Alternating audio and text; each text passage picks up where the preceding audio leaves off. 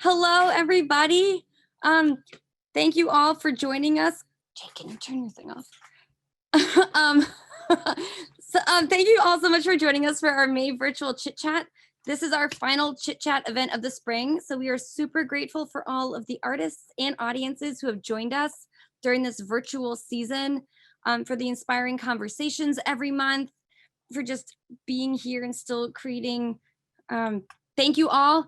For those of you guys who don't know me, my name is Allison. I am a company member of Mad Horse, and I'm going to be your Zoom MC tonight. So before we jump into everything, we do have a couple of just reminders. Our first and maybe the most important, we just want to recognize Mad Horse Theater is located in South Portland, with company members spread out amongst the greater Portland area. This is all Indigenous land stolen from the tribes of the Wabanaki Confederacy. So on behalf of Mad Horse, I want to acknowledge that we are working on deepening our knowledge, doing better by this history. We are encouraging everybody to visit native-land.ca for a comprehensive map of Indigenous lands, not just in Maine, it's across the US and nationally. It's ever expanding, ever changing as we learn more information.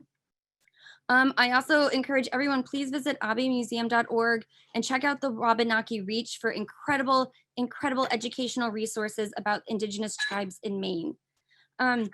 Our model for the night is inspired by Pecha Kucha style storytelling. So each artist will have approximately 7 minutes to talk with all of you. We are going to move from artist to artist, and then at the end, we're going to open up everything to you, our audience.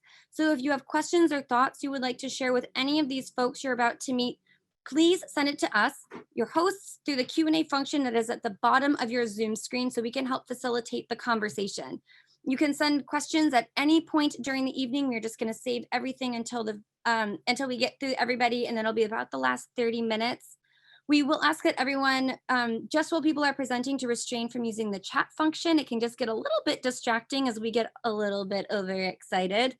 But once we open up the conversation, we can definitely start using that again. You'll have noticed we are recording. We're going to be recording the following portion of the evening, and we plan on making the recording available for more audiences after this weekend. If this is your first time joining us, you can experience all of our previous chit chats starting all the way back from September on our website at madhorse.com under virtual events, or via the Mad Horse YouTube channel. And that's where you can find this one as well after this weekend. And we are shaking some things up with our chit chats in 2021. So now our panels are featuring a combination of new friends and some previous artists who you have already met. We are also going to be following up with all of the best ways to follow, contact, and support all of these amazing people that you're about to meet. If you can, please help support these folks. We'll be sharing all of the best ways to do that also throughout the evening. It's going to be in our follow-up emails and across the Mad Horse social media. We'll make sure you have all of the direct links because it is so important. I'm going to say it so many times tonight, to support artists. But now, thank you for your patience. That is plenty of time spent with me. I'm going to turn our evening over to this amazing panel of artists that I'm so delighted is here tonight. So let's give a virtual round of applause to our first artist of the evening, who is one of my dear friends, Chris Defillip. Chris is a Portland, Maine-based multi-theater artist and administrator focused on lighting design, directing, and playwriting.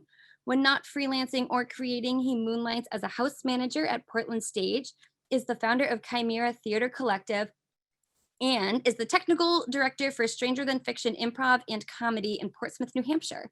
At Mad Horse, you may recognize his work from Radiant Vermin, Heck Yes, and The Effect, also Heck Yes, or his 8 Days of Fringe Festival for his 2018 Port Fringe show, Myth Communication, Triple Heck Yes. It's a solo piece about his experience as a survivor of domestic violence as told through a D&D campaign.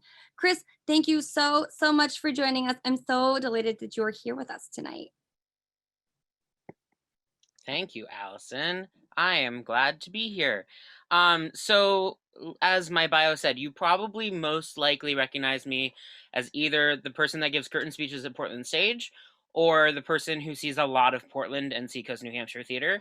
And while those are both very true characterizations of things that I do, I also do a lot of other things like theater.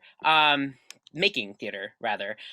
So I kind of started my journey into theater by just being interested in musical theater. So at one point, I wanted to be the next Stephen Sondheim, which I understand now is a very big desire and goal of mine. So that kind of led me to going to college for composing music and writing, playwriting. Uh, so I went to Bennington College, which lets you design your own major, which let me to kind of combine those two things. But one thing that was great about my experience at Bennington was that with it being a design your own major, as I took more classes that allowed me to explore more elements of theater, I discovered that I actually liked a lot of them. So that's how I got into lighting design, how I got into directing. And I also studied a lot of science history because I took a class while I was in college called Science Drama and the Power of the Inquisitive Mind, which was all plays about science. And so I kind of have this very interesting trajectory. I know when I was in college, one professor described me as like a jack of all trades and a master of none. And often I feel like people use that to a negative connotation.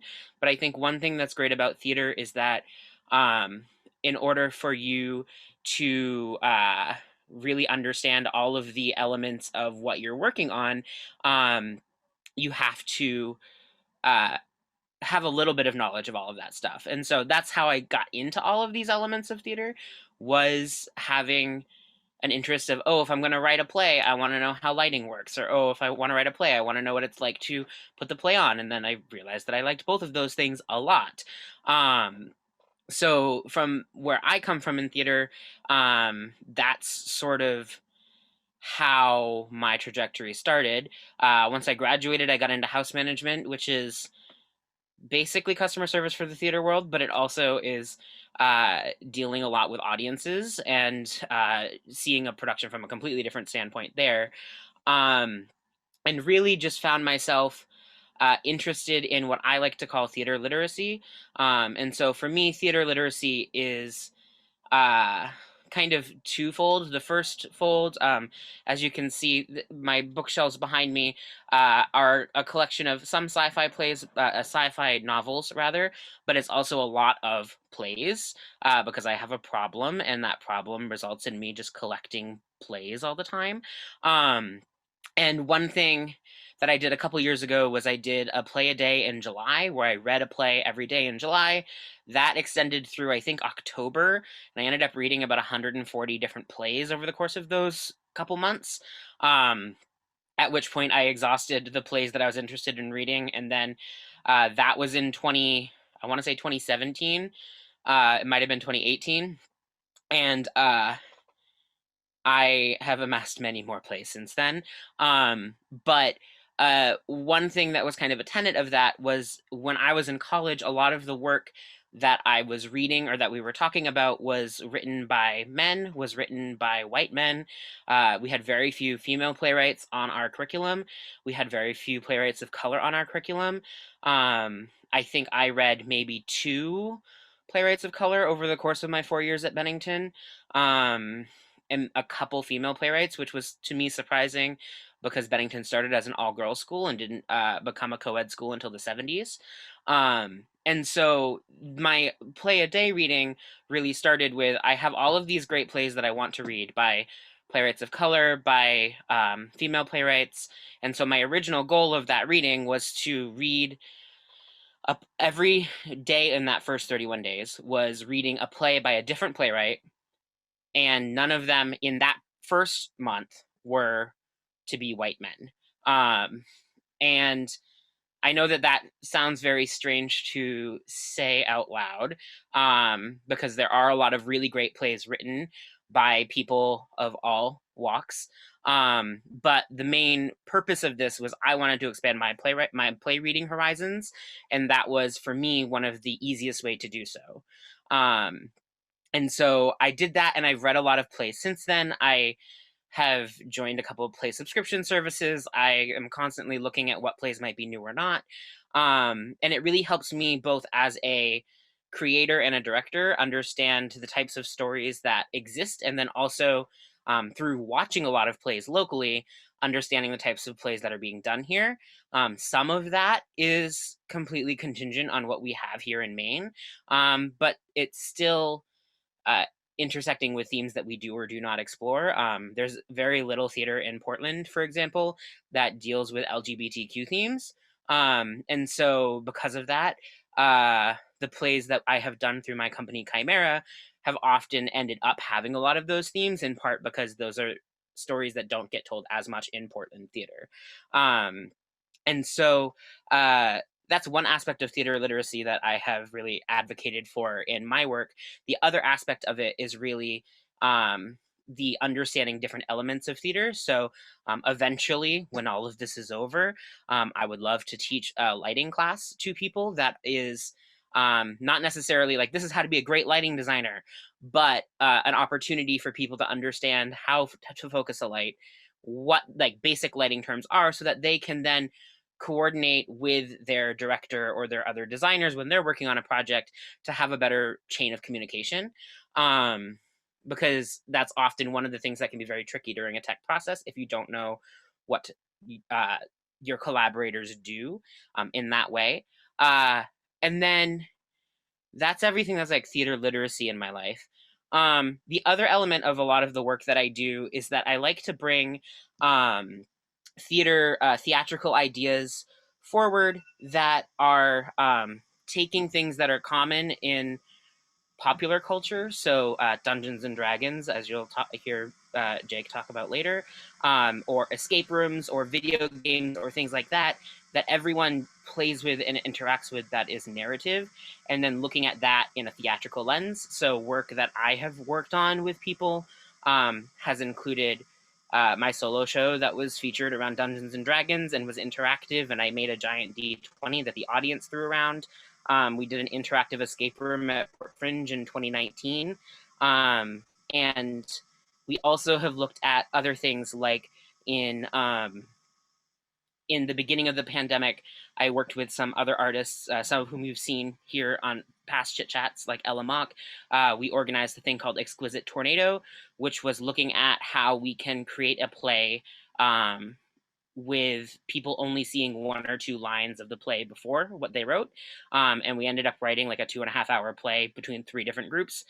That has never seen the light of day outside of just having been created. But it's an example of one of the kind of strange and unique ways that I have helped create work. And then for Chimera, which is my theater company, we were going before the pandemic started to do a production of And Baby Make 7 by Paula Vogel. Hopefully that will get to happen whenever we get out of this. But upcoming, we have a show in Port Fringe 2021, which is an all virtual Fringe on Film festival, where we did it's called Story Gauntlet, and we did a narrative telephone sort of game where one person recorded themselves telling a 2-minute story. We sent that video to the next person. That person watched it once and then recorded themselves telling whatever they could remember of the story. Then that recording of the story got sent to the next person, and on until you have 7 storytellers telling what should be the same story, but isn't. And so that, as well as hopefully some new play readings, are coming up for Chimera. But if you're interested in any of the stuff that we're about to do, we have a whole bunch of social media. That'll all be stuff that gets shared to all of you. And we're hoping to be able to pay all of our artists for readings and other things coming up. And so there's information on how you can help us support that process. But other than that, I'm always free to talk theater and have lots of fun times. So that's what I have for you all today. Yay, thank you, Chris. So everybody, like Chris was mentioning, there are so many ways to follow both Chris and Chimera Theatre Collective across social media, including Instagram, Twitter, and Facebook. You can also follow along at Chris's website, which is just launched. It's www.chrisdefillip.com. You can contact him via Chimera Theatre Collective at gmail.com, all one word. And Chimera will be part of Port Fringe 2021, presenting Story Gauntlet, Love, Death, and Wallpaper this June in their Fringe on Film Fest with specific dates and times to come. You can also follow Port Fringe, some of our dear friends, for more information about that.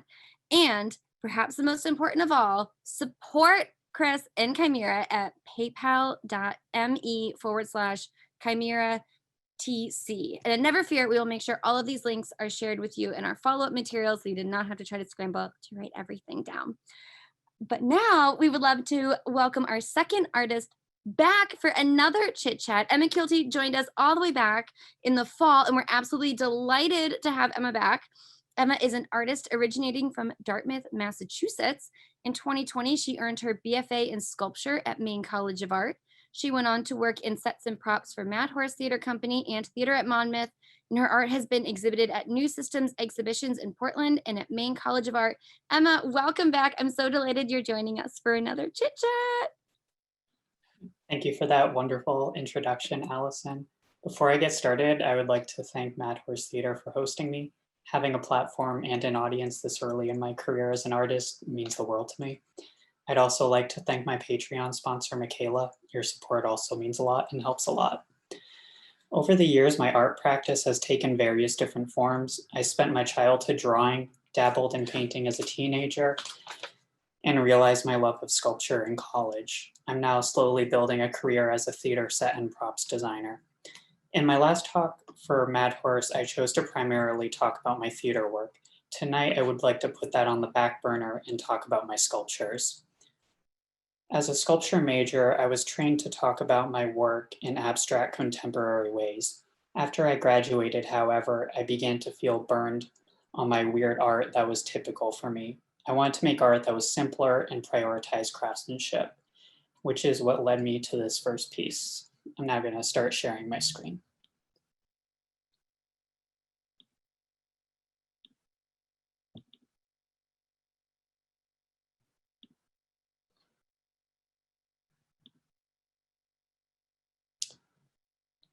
So this is what led me to sculpting 5-inch tall dogs out of clay.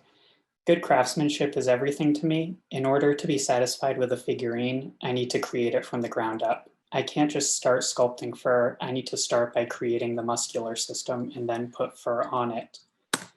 I can't just sculpt the face. I need to sculpt the skull, insert metal balls for eyes, and then create the face. It's also important to me that that attention to detail carries over to the base of the figurine, in this case, a beach. I had a lot of fun using a popsicle stick to move around the curing plastic and create a splashing effect of water. I do take commissions, so if you have a 4-legged friend you love and want a figurine of, I'm your girl. This is a commission I made of a chocolate lab. His name is Gus. He has big dreams of being a lifeguard dog.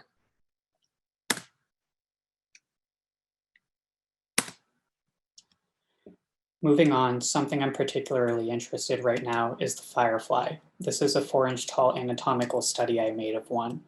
I'm fascinated by the Firefly for a few reasons. Firstly, their endangerment. Mangrove tree deforestation and light pollution are the main contributing factors to their endangerment. But beyond that, I'm intrigued by the Firefly's ability to perform what is called oscillation synchronization, a bodily function where a living creature is able to perform a task in perfect mathematical sync with another living creature of the same species. In this case, it's the flashing bioluminescent light of fireflies. Fireflies, to me, are the ultimate symbol of connection and unity. Right now, I'm in the early stages of making sculptures that explore these ideas thematically. Specifically, I'd like to use the firefly as a metaphor for the pandemic. I think there's something really relatable right now about a species that's struggling to stay connected with one another due to an outside force. For the time being, my studies of the firefly are much more playful, which brings me to my next piece. After creating the sculpture in the previous slide, I then cast it in clear resin and painted it in blue stained glass paint. I chose blue out of fascination with the blue ghost firefly. I couldn't find a way to insert an LED light into the figure, so I found a more conceptual solution to making it glow. In the end, I really loved how the figure caught the sunlight. I think I did at this point start to detour away from the firefly and created something more mythical looking, but I'm okay with this. I love experimenting. My firefly studies definitely weren't the first time I combined craft-based art with abstract ideas. This next piece is one I made my senior year of college. At the time, I was reading Leo Tolstoy's War and Peace. the main character of which is a depressed aristocrat who recedes into his love of reading to escape the horrible events unfolding around him. This idea piqued my interest and prompted me to make art about it. By placing a two-way mirror in front of a regular mirror, I was able to create the illusion of an infinitely expanding hallway of books. Making the books was the most tedious part. In the end, I made casts of approximately 240 plastic miniature books, the size of a thumbnail, in the course of 2 days. This piece was displayed at New Systems exhibitions in Portland. I had never had my work exhibited outside of Maine College of Art up until this point, so this was really special to me. Before I go, I would like to add that this summer I'll be returning to theater as a props designer and set decorator for Theater at Monmouth's 52nd season. So please come to Monmouth, Maine and support us as we put on Measure for Measure, Daddy Longlegs, The Agitators, Sophony Spot, Age of Bees, Crumbs from the Table, and Aesop's Guide to Friendship. This is my contact info. Thank you very much.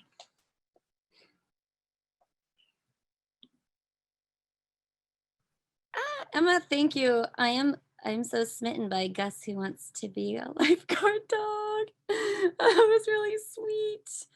So everyone, again, you can support Emma via Patreon. We will be sharing that link in our follow-up material because, and I'm going to say it again, it's so important to support artists. We were also, just as a quick reminder, if you have any questions at this point or anything that come along, you can send them to us via the Q&A function at the bottom of the Zoom screen, and we will get to them later in the evening. So I just want to always remind people, we welcome questions at any time. But for now, let us give a virtual round of applause for our third artists this evening. Courtney Naliboff and Fiona Robbins are 2 of 3 members of Bait Bag Band. Bait Bag was founded in the spring of 2018 by Fiona, Claire Donnelly, and Courtney on the island of North Haven, Maine. Needing catharsis after being weighed down by constant bad news, the 3 women got together to make loud music with a tone planted firmly in classic rock and roll with a nod to punk and a knowing wink at the Riot Girl movement. That's right. Inspired by bands like Sleater Kinney, Blondie, and La Tigre, as well as anything loud, fun, and inclusive, Bait Bag songs are intended to empower and excite, or at least give other frustrated people something to flail around to.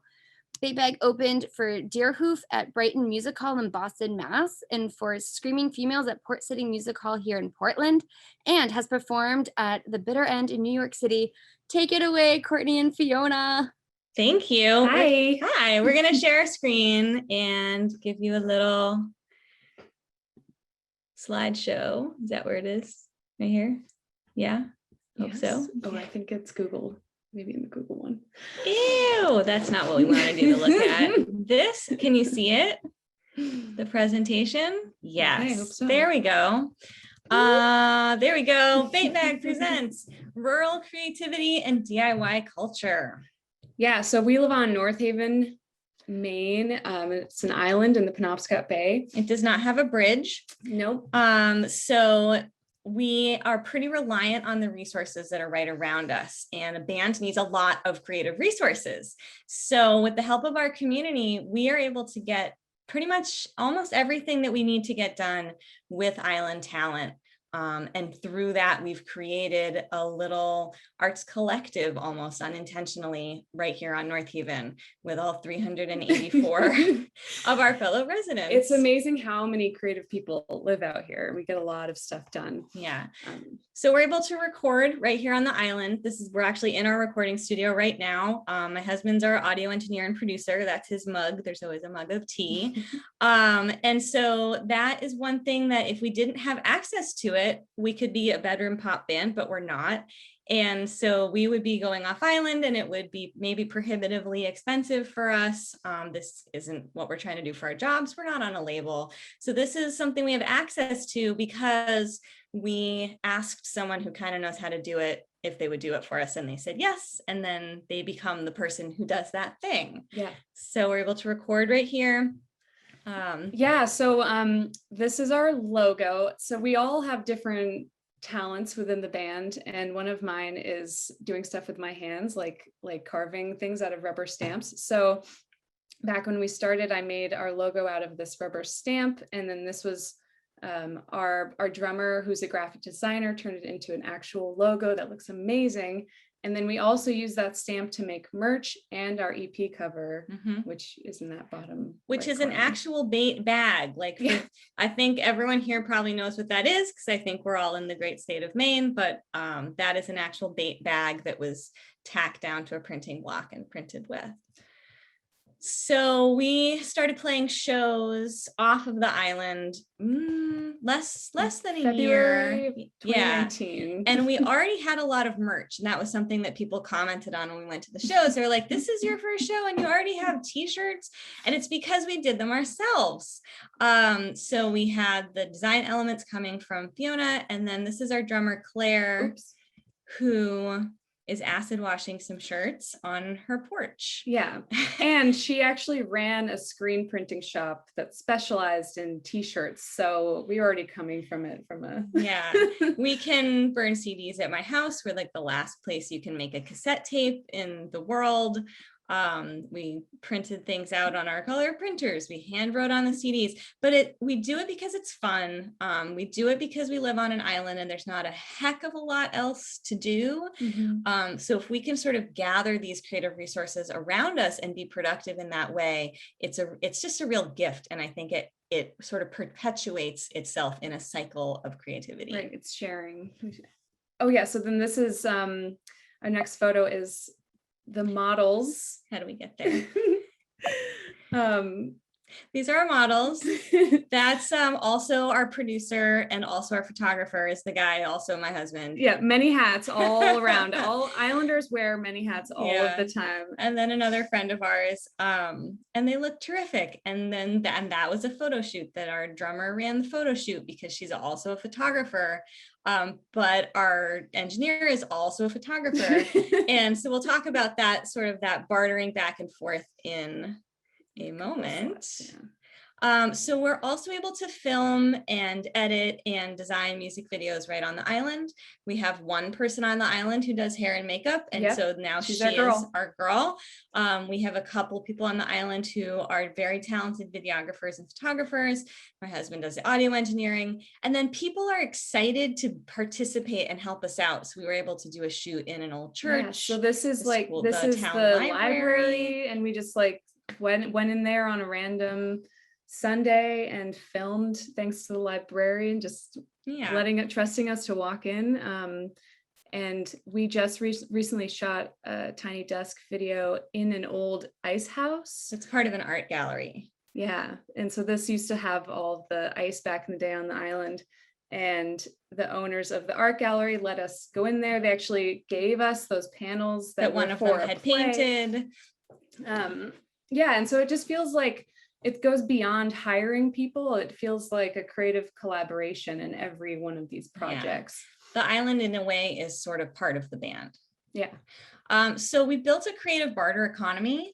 Claire, our drummer, does photo and video work for my husband's band, the Gumby Liars. You should also check them out. I'm their press manager. I'm also Bait Bag's press manager. And that's a way of bartering for the audio engineering and photography work that we get from their guitar player, who is my husband. We also had a very weird circular bartering situation with like lodging at Nebo for videography work for this and that. And that's another way that the island has become involved in the band.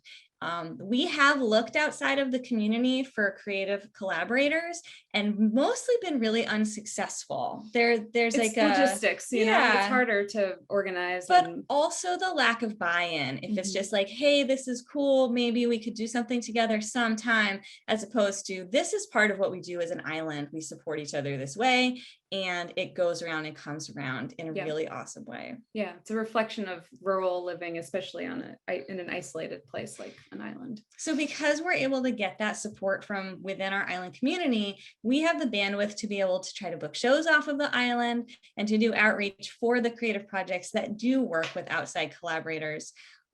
We produced a zine to go with one of our singles, and we had people contributing from quite far away, I think. And we've been able to book shows around the state and also outside of the state because we have the energy to do it because we have such a good support system on the island. That's a funny picture that Fiona threw in there that I hadn't seen yet, from filming another music video. So thank you so much. Thank you for having us. This is amazing. Yeah, we look forward to hearing any questions, and we're excited to hear the rest of the presenters. Stop share. Oh my gosh, thank you guys so much. You are so cool. I want to come play on this island. That looks amazing. So friends, there are, again, so many ways to follow along with Bait Bag. You can follow Bait Bag the band via social media and on Facebook and Instagram at Bait Bag the Band, and via their website, all one word, baitbagtheband.com, where you can also find all of the info you need about the new single and t-shirts and calendars, and just keep like looking at all the really, really amazing things if you just want to keep diving in, because I'm going to be doing that. You can also find Bait Bag on YouTube and Spotify. They just released a Tiny Desk contest video, and we will make sure you have all of those direct links in the follow-up materials because you don't want to miss out. But now we are going to transition over to our fourth artist of the evening, who is a very familiar face around Mad Horse. It's company member Jake Cote. Jake is a local theater maker and, yes, an absolute turbo nerd. So luckily, he finds that both of these things can pretty easily coexist and feed off of each other. Jake is a Mad Horse Theater company member and is proud to call Mad Horse his artistic home. He is particularly proud of having recently directed Radiant Vermin for Mad Horse, although that feels like an eternity ago.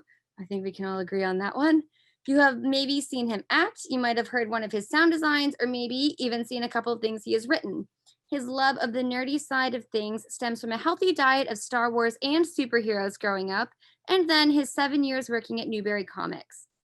His love for Dungeons and Dragons started right out of college, and throughout the pandemic, Dungeons and Dragons has kept him engaged and, in a way, has kept his theater chops alive through leading a new group of friends that he hasn't played with before. Jake is a graduate of the University of Southern Maine in theater and is terribly fond of breakfast food. So rain that nerd power upon us, Jake. It's weird having Allison across the table from me doing this, I'm going to be honest. Hi, everyone. Hello, I'm Jake. And thank you so much for having me. It's a really, really quite an honor to be here with so many wonderful people who I admire. And I'm probably going to say that many times tonight. But yeah, so I just wanted to sort of talk to you guys all. And before I start, today is my full vaccination day. It's 2 weeks after my second shot. So it's really an optimistic day for me. And I just want to reflect on that because we have been doing these chit chats for a while as a way to give platforms for artists to discuss their art. And there's been a lot of stress and fear and worry. And it's just really nice to have a little bit of hope and a little less stress and hopefully a little less gray hairs inside of my head as we go forward. So Dungeons and Dragons. I'm sure you all have pretty strong thoughts when you hear someone mention this, whether they be positive, you've played before with many friends and you love it, or sort of in the middle, saw it on Stranger Things and you're at least aware it exists, or negative, the game's for a bunch of nerds and it's the devil's work. The thing is, you have all heard of it. Now, why am I here to talk about it? That's probably the better question, right? Well, I haven't been able to really do theater in the traditional sense for well over a year now, and I have been really fortunate to do some really amazing stuff with Mad Horse. Got to achieve a big dream and be part of Damnation Land and host it last year, which was really nice. And I've got to do some really great virtual work and write some fun stuff. But how did I scratch that theater itch that I always have for doing multiple shows in a year? That never-ending desire that drives all of us theater folk. Well, as it turns out, I put a ton of energy into playing Dungeons and Dragons. Now, I could run through the whole history of D&D for you, but you have all successfully logged on to a Zoom event, so I know you can wiki D&D if you want Gary Gygax's whole story.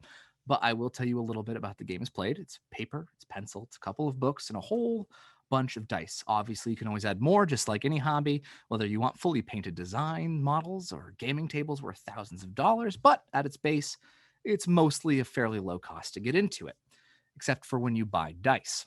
You can never have enough dice. You will always buy more dice. You think I'm joking. I'm not. There's so many dice that you want to have. Trust me. But regardless, so once you have all the needed materials, you, and I'm using you being the players in the scenario, will begin to work with the DM. I'll just use me, which is short for Dungeon Master. And this person is, for lack of a better term, the creator of your world and all of the characters in it. You are responsible for helping create your own character. Sure, there are rules to help make the game make sense, but most of all, any DMs worth their salt will want you to take wild freedom and make a fun and interesting and exciting character. Once that is done, everyone meets, which in the real world is the hardest part. Any DM who can wrangle a weekly game also has the stock to be an excellent stage manager. I can tell you that right now. So step 1 in theater making in D&D, prepare to use stage management skills if you're a DM. Once everyone is connected, which using Zoom has actually made this quite easier, the game begins. And it can be whatever the DM really wants. Fantasy lands, horror-tinged castles, steampunk blimps. And you as the character work to solve DM's puzzles, fight grand battles, and work together to craft a compelling, fun, daring, and often hilarious story. This is sort of why I wanted to share with you. And it's not just Dungeons and Dragons. There are a ton of tabletop adventures, which is what you call these types of games, where you could check out the subject if the D&D subject matter isn't the most thrilling for you. There are even ones that come on just one page, all the rules on one single page. There's one called a honey heist, which you play as a bunch of bears trying to heist honey. And there's one that's called, and this is the full title, Oh Dang, Bigfoot Stole My Car with My Friend's Birthday Present Inside, which is a blast. And if you, again, want to try this out and just use one page of rules, that's a great way to start. But regardless of what you play through Zoom or together at the table, that sense of community and shared goal align heavily with what I love about theater. In our games that I play, I also get the distinct pleasure of being the dungeon master. So I get to write the adventures, create the many wonderful and weird characters that exist, build the players up, break them all down, create puzzles. It's an absolute blast. And I've been trying to write a lot during this COVID thing. And whenever I would get stuck or not have the drive to write, I would just dive in and start creating something new in D&D, and just to get the wheels turning, and get the juices flowing. And I could go back to writing whatever I thought was a good idea at the time, which is plentiful, and few are truly good ideas, but that's okay. That's half the fun. But then there's also the playing of the game. And especially as the DM, my improv skills have been pushed to the limit. Creating characters on the fly. What fun voice or accent haven't I used for this cute goblin I've created? Thinking of a name on the drop of a hat. But then the ultimate improv is, what if the whole dungeon you've planned for and you've created over the past few days gets totally thwarted by the players? What if they are so creative they find a way to best your ultimate beast without lifting a sword? What if the rolls are just so damn good that you as the DM have been totally bested and you need to create a whole new challenge for them that you haven't even prepared? That's the moment I love best. That's when the rails fall off and you have to be quick on your feet. Pretend like you have always been 3 steps ahead of your players when you are 100% making that shit up as you go. It's exhilarating. It's like you are on stage. D&D and those passionate about tabletop share a very similar passion to that of theater makers. All involve are fully invested in creating an awesome and incredible world that you get to inhabit for just a few hours at a time. It's magical. When you have a team in either theater or D&D who just click, it's like time melts away and you wish you could exist in that world longer and longer. It can be sad, beautiful, empowering, tragic. It's an escape. It lets you be something more. Both theater and D&D share so much of the same DNA that if you have done without the other, if you've done one without the other, you're doing yourself a disservice. And that's the beautiful part about it all, is that it's sort of this unique nucleus that you share between the two. And I'm sort of just giving you a taste of why I love it. And it's not so much delving into the artistry of it. But if you have any questions, just please let me know. There's a terrible stigma around nerd hobbies, both from people from the outside thinking less of people who do them, and from people in the communities gatekeeping them, thinking they are being ruined by new people. All of that is super dumb. And it's so much more fun to like things and to get new perspectives and adventures. The more the merrier, truly, especially. And I'm a big advocate of making things available for anyone, regardless of income. So if anyone out there has questions about getting folks into it who maybe don't have the initial income to purchase the books needed, let's talk. But I'd love to. There's ways around these things. And it's just a really exciting thing, and it's a great opportunity, and it's really kept me sharp without being able to actually be on stage. And it's been really fun, and it sort of filled that hole in my heart. Before I wrap up and before I take too much of your time, I just want to say some quick thank yous. One, to the fellow panelist that I have here, Chris Defillip, who created, he mentioned, his own autobiographical fringe show that structured the whole thing as if it was a game of D&D. It was really, truly beautiful, and I was really thankful that I got to see it. And it's really what brought me to the whole D&D and theater exists so closely together thing. So I have a lot to thank Chris for, and I'm happy he happened to be here tonight. I also want to thank my 2 separate D&D groups who I play with. They have made me laugh so incredibly hard, like tears in my eyes, laughter. And I'm just really thankful that I've gotten to play with them so often as I have. I also just want to mention a couple podcasts that I listen to that has sort of helped stoke the flame of D&D for me. One is called The Adventure Zone by the McElroy family, which is 3 brothers and their dad playing D&D together for like the first time they're learning the game together. Their first arc is called their Balance arc, and it's one of the best things that exist. And I trust me, it is worth your time if you like laughter and things that turn into an unnecessarily good story. And the other one is called Not Another D&D Podcast, which is just a really darn good time. And lastly, a YouTube show, or you can find it on Dropout TV, called Dimension 20, where Brennan Lee Mulligan is sort of your DM, and he is perhaps the finest DM there is. And if you ever want to see someone who totally gets the game like no other, this is your man, trust me. And also to my fellow panelists, I just want to say, often it's mentioned here, Allison has said it, you'll hear it many times tonight, that there are ways to support the artists you're hearing from, whether through merch, whether it's through supporting them through Venmo, or whatever way they ask you tonight. I truly implore you, to the folks who are listening tonight, you are all the people I'm with are truly absolutely incredible to give you their time and to come and talk to you. So if you could find it in your heart to support them, I'm not giving you any financial thing for me. Support everybody else who's here with me, please. I beg of you, truly, they are worthy of your money. And to wrap up, lastly, just to finish myself up tonight, creating together is the base of theater. And it's the base of Dungeons and Dragons. After the last 4 years we have had, we all need to be creating together more. While theaters are closed, not just theaters with acting, but movie theaters right now too. Sitting around the table with some friends, creating a very silly made-up world with each other isn't such a bad way to start. So thank you so much for having me tonight, and get vaccinated. Thanks, everybody. Have a good night. We're not in the same place where it's going to give feedback. Thank you, Jake. So everybody, you can find Jake via Instagram. It's at BooHoBomb. So it's BUHO bomb. And you can also keep following Mad Horse via social to keep finding out what other adventures Jake might have up his sleeve. And yeah, support artists if you can. I'm always going to keep saying it. It's so important. And again, so if any questions are popping up while you're hearing from any of these amazing folks, please feel free to send them along via the Q&A function. Some have been rolling in already, and they are wonderful, and I'm so excited to get to them. But for now, we're going to shift over to our next artist of the evening. Katie Lattari holds a degree from the University of Maine and the University of Notre Dame. Her first novel, American Vaudeville, is a small indie press work, which was published in 2016 and has previously been a semi-finalist at Subito Press's annual fiction contest in 2013. Her short fiction has been published in such places as NOO Journal. Is it New? I'm so afraid I'm going to mispronounce something. New Journal, The Bend, Stolen Island, Calibo Quarterly, Pennsylvania English, The Writing Disorder, and more. Her short story, No Protections, Only Powers, was a finalist in the Neoverse short story writing competition and later anthologized in Threads, a Neoverse anthology. This coming September 4th, 2021, her debut thriller, Dark Things I Adore, will be published by Sourcebooks Landmark. Heck yes!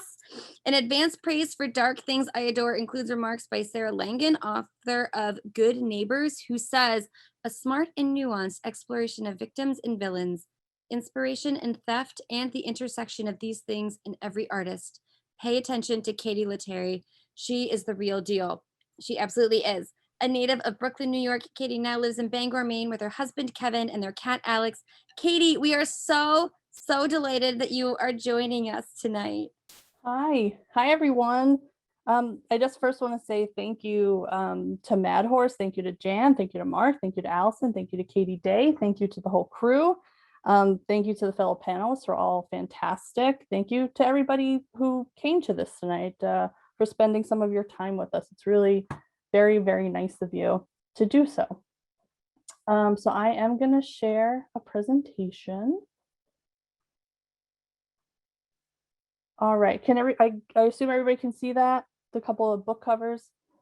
So as Allison said, I'm a Bangor-based fiction writer. My day job is in higher ed fundraising, but my passion is writing. And very excitingly, my debut thriller, Dark Things I Adore, will be published on September 14th, 2021, exactly 4 months from today, which is super exciting. There's a lot to say about it, but I'll come back to that in a minute. First, I just want to tell you a little bit about myself and my path getting to this book in particular. Like so many writers, including some who are watching right now, I've been in love with writing since I was very, very young.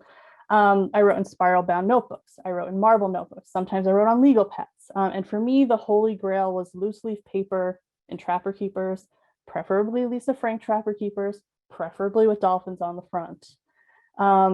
As a kid, I loved reading challenges at school. I loved scholastic book fairs with an almost like religious passion. I loved the smell of library books, and I liked those bookmarks with the proofy tassels on the ends. At home, I would pretend my like 90s era VTech laptop, which really only had like simplistic learning games, was my like typewriter for composing. For Christmas one year, I harangued my ever supportive parents into getting me a Brother all-in-one word processor and printer. Look at how cool this is. I was that kid. I was a bit of a nerd, a bit of a word nerd. So I grow up, I go on, I get my degrees at UMaine and Notre Dame. Altogether, I spent 8 years of intensive study on the art and craft of fiction writing. Along the way, I published some short stories with lit magazines here and there.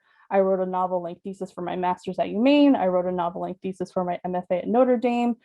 But for all of this creative training and productivity, there had been little talk of like what exactly to do with it all outside of school, especially if my next step was not going into academia myself, which grad school sometimes kind of feels like that's what it's funneling you toward, even if you're there kind of to sort of become a writer, whatever that means. So after a lot of soul searching, I realized I didn't want to be a professor or an academic. I wanted to write, work a job that left me enough mental space in my off hours to write, and just see what happens. So what happened? Well, I was 24 and out of school for the first time in like 2 decades. I was filled with a lot of graduate school notions. I wanted to be a writer, but didn't really know what that would mean for me. So again, I did a lot of soul searching in lots of different ways through therapy, and like 5 out of 5 would recommend therapy for sure. And through writing itself. So I kept writing, I kept trying to publish. I faced dozens and dozens of rejections from small presses and agents for like a few different books I wrote, which is always hard. I wrote and self-published a romance novel. I started and abandoned 3 other novels that were in like wildly disparate genres. I ensconced myself in one of my first loves, fan fiction, and I still love fan fiction. It's like so fun to do. I was all over the place. Basically, I felt like this from like 2013 to 2016, like creatively and trying to figure myself out. But eventually, through all of that like angst and work and uncertainty, what eventually happened was I acknowledged my fascination with and sincere love for true crime, thrillers, mysteries, and suspense. Shout out to my fellow murderinos out there. What happened was I had a light bulb moment, and I said to myself, well, why am I not writing the type of book that I most like to read? It seems like a simple question, but it took me a really long time to get there. So in August 2017, I started writing my first ever attempt at a thriller. I felt clear about it. I felt motivated. It felt right to me. By spring 2018, I had a novel written, my 4th overall, like in my life. They didn't all get published, but it was the 4th one I had written. By fall 2018, I had an agent. By fall 2019, I had a book deal and an advance. And I found myself thinking, so like this stuff like really happens. which brings me to one of my main points. Like, this stuff really does happen. So if you're a person trying to become a published author via traditional means, like, keep writing, keep trying. That's like literally all I did. I kept at it. I tried more, I failed more, and then I kept going after that. And now I'm just 4 months away from seeing that book, which I started in 2017, like almost 4 years ago, come out into the world.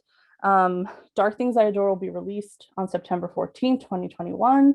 And I couldn't be more excited about it. So you're probably wondering at this point, like, what is this book?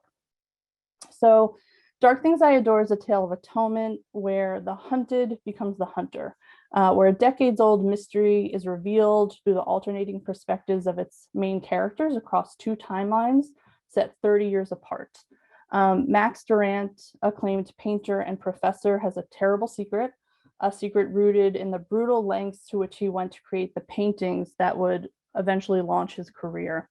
And over the course of one fateful weekend at her remote Maine home set in the Moosehead Lake region, Audra Colfax, his star student and the only one who knows the truth about his past, is about to make sure he finally pays for what he's done.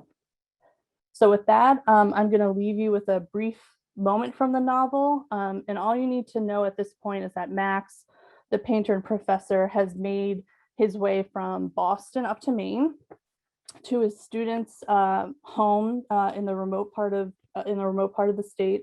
And being in her home, being in her presence, is sort of making him reflect about past students, lovers, and how they've been very selfishly for him fuel for his creative fire. My muses, their pain, their love, their trust has been everything, has given me everything in my life. But Audra is more like me than she is like them. Audra is not a passive resource, not something to simply be broken down and drawn from. She's an active engine of genesis, a maker like me. Audra is rich plum, eggplant, mauve, always, indicative of passion, but 2 ticks off center. My job with Audra is not to dismember her and put her back together again. It's not to break and then remake as I have with so many others, lovers and students alike. It's to show her how to climb up here with me, to find her own muses, to take from these sources what was never really theirs, but was actually always rightfully hers, and make it something worth looking at, something greater than themselves, something that can live on forever. A rising tide raises all ships. As Audra rises, so will I. Thank you. Thanks so much for your time today. Katie, thank you. I'm so pumped there's a fellow murderino because this is the back of my phone. So everybody, you can follow along with everything Katie is working on. You can do that via her website. It's www.katie.lattari.com. Lattari is Lattari, or via social media. So at Facebook, it's Katie Lattari, the author, and Twitter at Katie Lattari. And you can pre-order her book, which I'm going to do as soon as this chit chat is over, Dark Things I Adore, via bookshop.org and at all major retailers. So we'll make sure you have all of those links available. You're going to want to follow along. I'm super excited. I always love meeting a fellow murderino. And Katie, I'm so happy you were able to join us tonight. But now I'm going to move along to our 6th artist of the evening, Dave Register. Dave is an actor, producer, and educator working out of Portland, Maine, New York City, and Los Angeles. He was an original company member of Harry Potter and the Cursed Child, parts 1 and 2 on Broadway, and starred in Ivo Van Hove's 2016 revival of A View from the Bridge at the Kennedy Center. His television credits include season 2 of Graves on Epix, FBI on CBS, and the final season of Madam Secretary on CBS. He has an MFA in acting from Columbia University and is the co-founder of R&R Studio, an inclusive theater making workshop for actors, writers, and directors, which if you've joined us in previous chit chats, you might have heard his partner Barry Robinson talk about. Dave, I'm so pumped you're here. I'm going to hand it over to you, my friend. Thank you, Allison. Hello. Hi, everybody. Oh my God, this is so weird. It's like speaking into some mysterious void. I can't see anybody. Okay, well, here we go. As Allison mentioned, this is not the first time that R&R Studio and this contemporary acting class has been offered. or promoted in this chit chat group my co-teacher and friend, Barry Robinson, who maybe some of you know. Barry started acting in Portland a long time ago and has a presence there. He's a Mad Horse alum. I think he did 6 Degrees of Separation at Mad Horse many years back. I'm sort of speaking on behalf of Barry and myself. I'm here promoting a class, a 6-week, 8-course online Zoom acting class. And I'm really excited to tell you about it. But I guess before I talk about it, I should maybe mention a little bit about who I am and what I'm doing and why anybody here would even be remotely interested in taking class with some random dude. So I'm originally from Maine. I started my acting career in Maine back in 2010. I did a John Cariani play called Last Gas at Portland Stage Company, and I fell in love with acting after that. I really loved it before, but then I really, really loved it after that.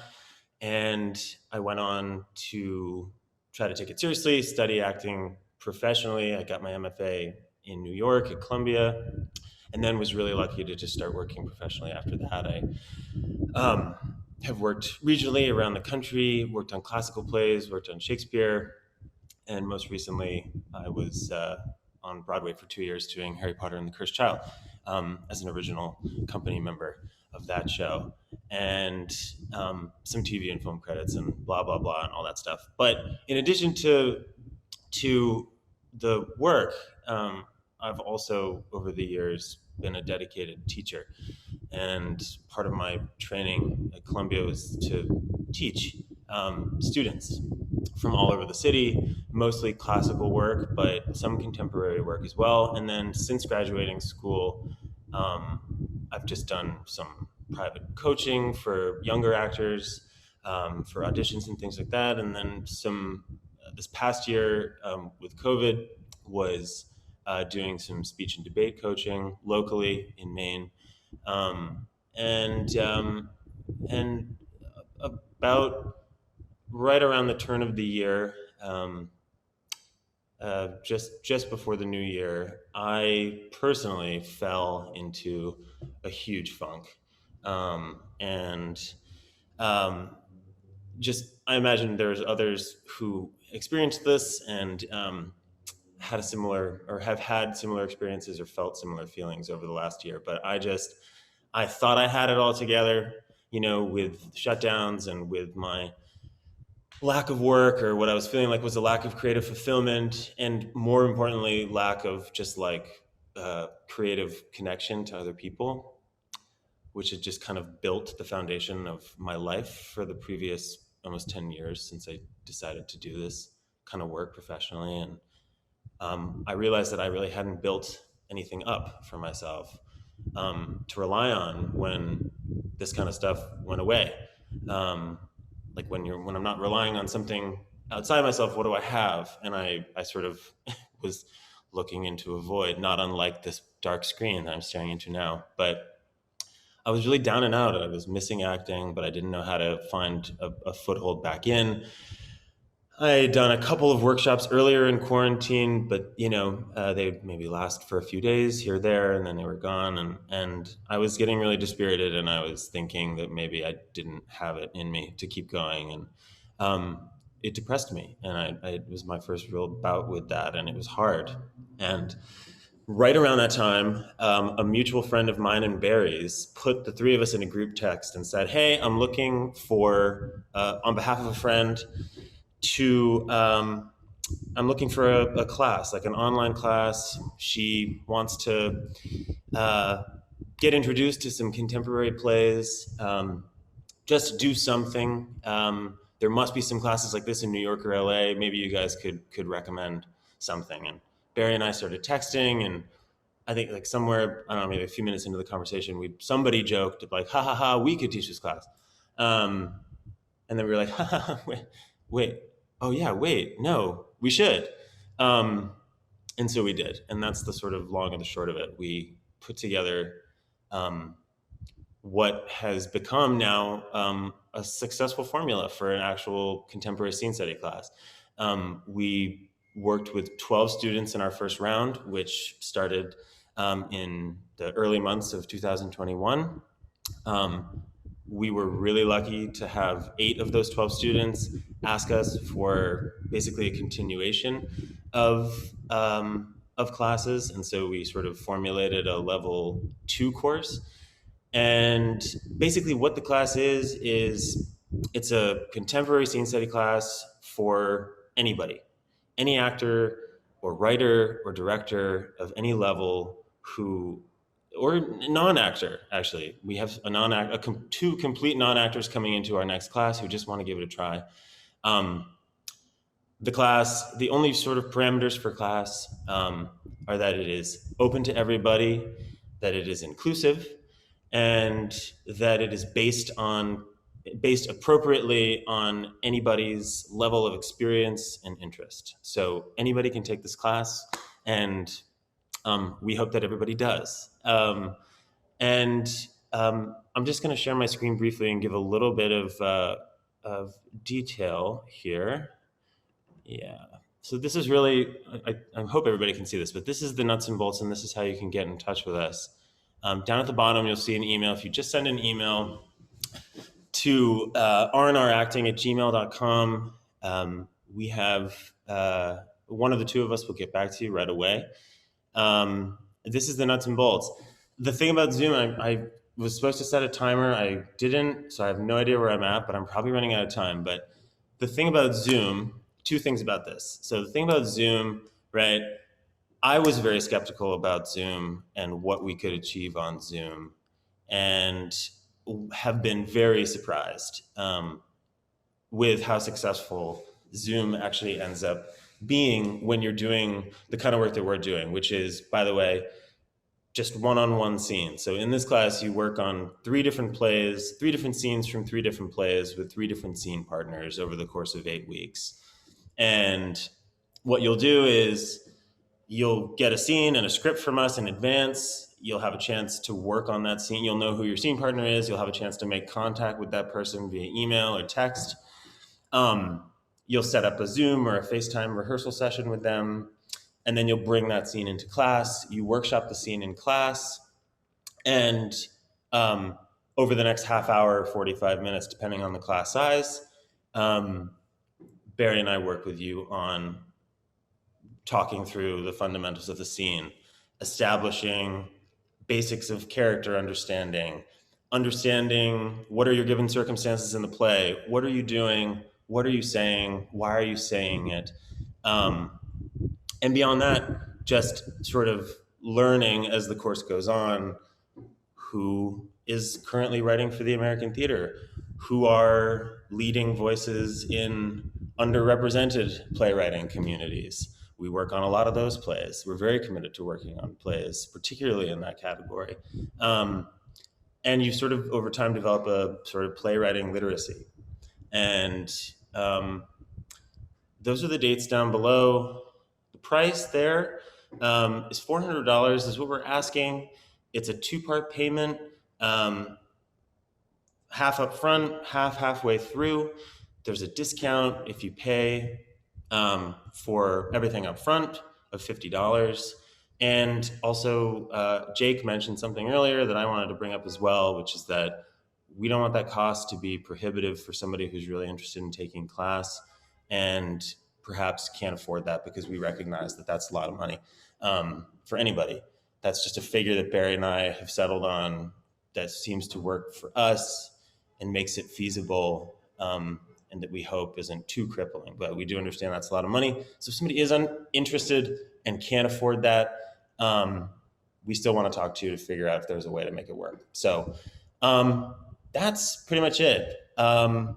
I really want to thank Mad Horse for this opportunity. When we did this the last time, somebody came and signed up right away. And that person, I believe, is a participant in this chit chat, and they've become an amazing student, and I would say an amazing friend. And they're an amazing actor, and we love working with them. And so we're really grateful for this opportunity. And we love Mad Horse, and we love the Portland arts community, the Maine arts community as a whole. Barry and I will both be in Maine this summer and into the fall. Barry's going off to teach. He's joining the acting program at a private high school down in Connecticut, but he and I will both be in Portland this summer acting and hopefully, knock on wood, teaching some workshops outside safely with fun people. So if you're interested, get in touch with us. Thanks for listening to the spiel, and thanks for the rest of the panelists and everybody who's talked so far. And yeah, see you later. Dave, thank you. So everybody, there's still time to sign up for this next round of acting classes with Dave and Barry starting May 30th. You can contact them via r&racting@gmail.com, and we will make sure that that info is included. Yeah, it's 10 out of 10. Emer, I'm so happy you both are here and that you signed up for that class. So testament, we have folks who have done it and said it's wonderful. So now we're going to turn it over to our next artist this evening. Mackenzie Bartlett is a horror writer and filmmaker. Her award-winning work has been screened internationally, and most recently she has been published in the anthology Curtains, a collection of fiction to benefit arts institutions affected by COVID-19. Mackenzie, I'm so psyched that you are able to join us tonight, and I'm going to hand it over to you, my friend. Hello. Hi, I'm really happy to be here. Just fair warning that you might get a visit from my very needy cat, Norma. She likes to be on Zoom a lot. So if you see her, she's, maybe she'll have something to say. So I'm not going to talk too much about myself today. I really just want to talk about my big passion, which is horror. So I am a horror filmmaker and writer. I'm also the program director of Maine's premier horror festival, Damnation Land. But my main signifier is storyteller. And like many people, I create things to process other things. And I've been doing so my entire life. From an early age, horror films have been a vessel for me for both escapism and also coping. And I know that that isn't an experience that is just unique to me. And it's just one of the many reasons why I believe horror to be like an ultimate unifier, even if you don't particularly enjoy watching scary movies. As a filmmaker, my work tends to strike a balance between chaotically playful and unapologetically harsh. When I write about what scares me. And they say, write what you know. And as somebody with a mountain of anxiety, what I know all too well is that there's plenty to be afraid of. I'm also fascinated by the concept of collective fear, and I reflect that in my own work on purpose. My most recent films have tapped into fears that are both deeply personal, but also universal in their scope. In 2018, my short film, The Party, was written and produced in the weeks both during and after the Kavanaugh hearings. And the film follows a young coven of witches who enact vengeance on men complicit in assault by luring them in under the false pretense of dating. And frankly, we've seen a lot of films with similar themes come out in the years that have followed. Most notably and most recently, Emerald Fennell's Promising Young Woman. There are beats and themes in both stories that strike really similar chords with each other. Though Promising Young Woman premiered in late 2020, Emerald Fennell wrote the first draft of her script in December 2018, so just 2 months after I wrote The Party. And my point isn't that anyone stole my idea, but quite the opposite, that horror is universal, that fear is a membrane, and the connective tissue between what we're afraid of can often be extremely validating when we realize that we aren't alone. And horror movies have been tapping into this, whether by design or not, for as long as they have existed. When we think of horror, we can often think of slasher movies. And one of my favorite slasher movies is Nightmare on Elm Street, which was released in 1984. Freddy Krueger is the big bad of Wes Craven's film, but the real threat of Elm Street is cultish surveillance. And that's true for other horror movies of that decade, like Halloween or Friday the 13th. The boogeyman is kept at bay by simply not talking about it. And that aversion to confrontation often ends up being more isolating than it is protecting. There's this threat of an understood evil, but no effective way to combat it other than telling people to fear it. And the villains of horror films at any given time almost always reflect the villains of that specific time as well, be them a person or theoretical. And the 80s are a really perfect example of this. Every slasher villain of the 80s is two things: larger than life, a seemingly normal man with an abundance of power, and also an authoritative bringer of justice who has both a thirst for blood, but for the sake of upholding really puritanical values. And when you examine these movies through the lens of the Reagan era, it's really easy to see common threads between them besides just butcher knives and men who don't die when you shoot them. Teenagers are always misunderstood or not believed, and in the end, they're punished in the most extreme ways by engaging in sinful behavior. Collective gaslighting is a major undercurrent of early slasher films. Standardized horror tropes such as if you have sex, you die, if you do drugs, you die, if you're a person of color, you die first, are all essentially built into the horror canon at this point, but they very clearly stem from horror of the 70s and 80s when those issues were really relevant political tensions. These new rules popped up into collective existence and are deeply bonded into horror, not because of lazy storytelling or something as simple as like a sexist cliche, but because of collective trauma. What scares us brings us together. And these patterns are true for horror as the cinematic universe expands. What we see horror reflected back at us like a mirror through every major event that has happened since then. For example, post 9/11, we see a massive change in horror from the decades before it. Suddenly, horror films are much less about a singular doom bringer, and they're about the collective. They're about ideal versus ideal. Horror also becomes a lot more existential. In the years following the beginning of the Iraq War is also the introduction what is now regarded as torture porn, where viewers are subjected to the casual consumption of violence as punishment and the all too familiar passivity to witnessing violence. Where there was often hope or a beatable formula or aspect to horror of the 80s, horror of the early 2000s was often really bleak.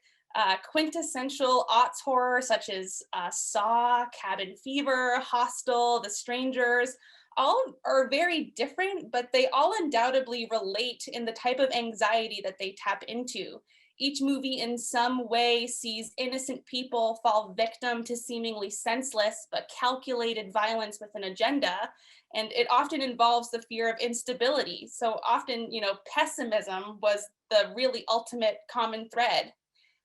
Something important to consider when we think about this is that at first glance, when we view these films individually, it might be hard to see them as allegory, but when you view them in context with one another, there are clear pattern shifts that make them inextricable from popular commentary. So the question becomes, and something that I've been spending a lot of time thinking about, is what does horror become now? How will we see this collective trauma that we're all experiencing reflected back at us? And how will the last 2 years of our lives subtly, and maybe not so subtly, influence horror for the next decade? We won't know until we know, but I feel like there's hints all around us. I've also been thinking a lot about, and I've been really inspired to hear about artists who have been trucking along and creating new ways to make their art during the pandemic, and to see ways that artists adapt to new challenges and persevere through tense circumstances. And in all honesty, I had a little bit of apprehension and maybe a little bit of fear in participating in this conversation tonight, because I have to admit that I have not really been doing that. I haven't had the drive, and I haven't, been doing maybe all of the little taking advantage of all of this downtime that I know that maybe we hear a lot about creatives doing right now. And I guess I just wanted to admit that in case you've also been feeling the same way. I think that's just one of the many niche experiences that can feel really isolating, but is probably a lot more universal than we think. That being said, a big bright spot of my pandemic year has been having the opportunity to be published in my first physical book. And I wrote a horror story about a lonely mirror ghost, a Bloody Mary character who traps a girl in her mirror with her out of desperation to connect. And it didn't seem obvious to me at first, but I can clearly see now how that story is a sign of the times. And while I can't speak for everyone, I can say that when I have been writing recently, I've been looking for comfort. And I've been taking inspiration and finding comfort in safe storytelling. So seeking reliability in narrative through urban legend and folklore.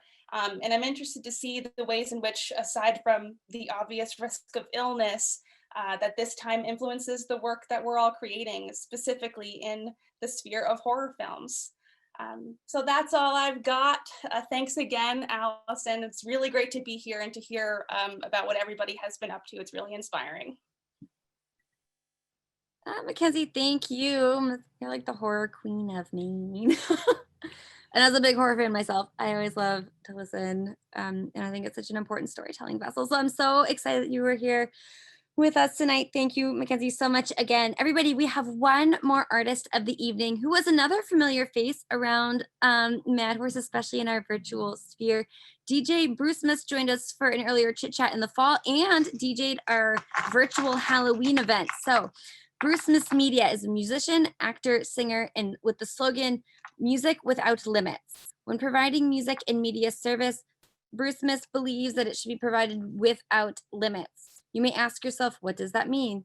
It means that DJs are not limited to one genre of music, and genres are covered from the range of hip hop, Korean pop, reggae, EDM, Bollywood, etc. And granted, it is rare for someone to be familiar with every genre, but we strive to provide each and every client with more than the minimum. DJ Brucemus, we are so overjoyed to have you back with us tonight, my friend. It's so nice to see you again. Hey, how's it going, everyone? I'm DJ Brucemus, called Brucemus Lee. First off, thank you, just all the panelists who went before me. I'm so excited to share with you tonight. So what I want to talk about tonight is the, usually, you know, I would talk about TikTok or DJing. What I want to talk about tonight is music production and the steps I would go into when it comes to music production, and also focusing on collaborations. During the pandemic, it's been very hard to have people come to my home studio or do things in person within singing and recording music. So there's been alternatives where people would send me tracks, and all I've been able to do so far is do drafts. And this would be like the first, it would be the first conversation and what happened. So for example, I have a specific song here that I want to share with everyone. So this artist, we met up together and we had the conversation on the phone, we didn't meet up together. And she said, hey, I have this idea for the song, but I have no idea of how to come about it. So what she did is sent me a voice memo on her phone and said, hey, check this out. Let me know what you think about it. So my job is to come up with an idea. So my questions to her are, what is your influence? What's the reason for you writing the song? And she stated that she wanted to encourage her brother. Her brother's going through a hard time, so she wrote the song for her brother. And it's called My Hope in You. And you know, when I hear songs or when people are approaching me about songs, I kind of think about the energy that I'm putting to the song. Is it a ballad? Is it rock? Is it reggae? You know, what do you want to go into it? So luckily, she did record her guitar behind it and her voice. So the only thing is that she did not know what the chords were. So we had to figure that out. So what I want to do first is just play the voice recording that she sent to me. Now, mind you, this is the original that she sent on her phone. So she sent this on her phone, but I tweaked it so it could sound a little bit more studio-like. So here we go.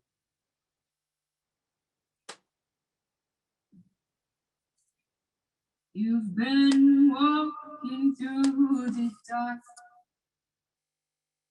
losing sense of who you are, losing hope, missing pieces of you. You can't remember the last time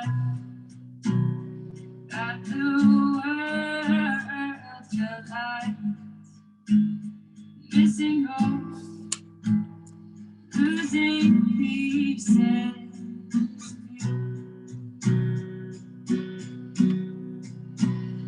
Brother, I miss your smile.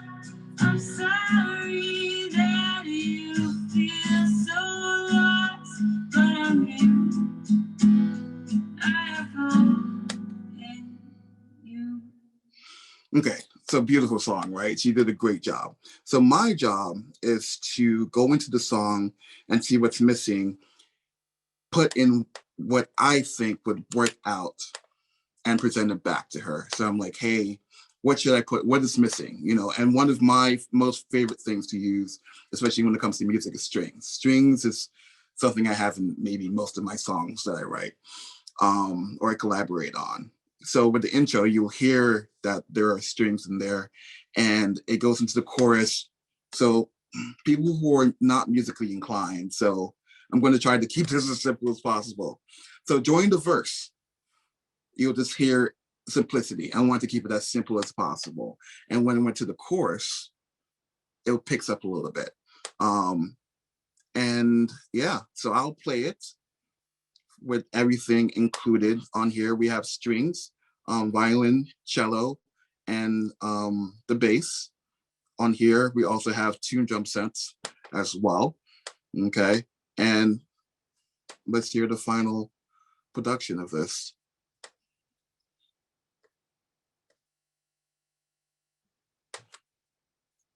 You've been walking through the dark, losing sense of who you are, losing hope, missing pieces of you. You can't remember the last time that the world's alive, missing hope, losing pieces of you. Brother, I miss your smile. I'm sorry that you feel so lost, but I'm here. I have hope in you. All right. Thank you everyone for your time. I hope you enjoyed this. And again, Matt Worth, thank you so much for the opportunity to share this with everyone. Take care. Oh, thank you for joining us again, my friend. It was so nice to see you. So everyone, there's several ways to follow along and support DJ Brucemus. You can go via his website. It's www.brucemusmedia.com and on Instagram at Brucemus. That is 3 S's. Plus, you can support via Venmo and Cash App at Brucemus. And you can contact via brucemus@gmail.com. And yes, of course, this will be in all of the follow-up material, so do not worry. But for now, let's give another virtual round of applause for this amazing group of artists. Thank you all so much for joining us this evening.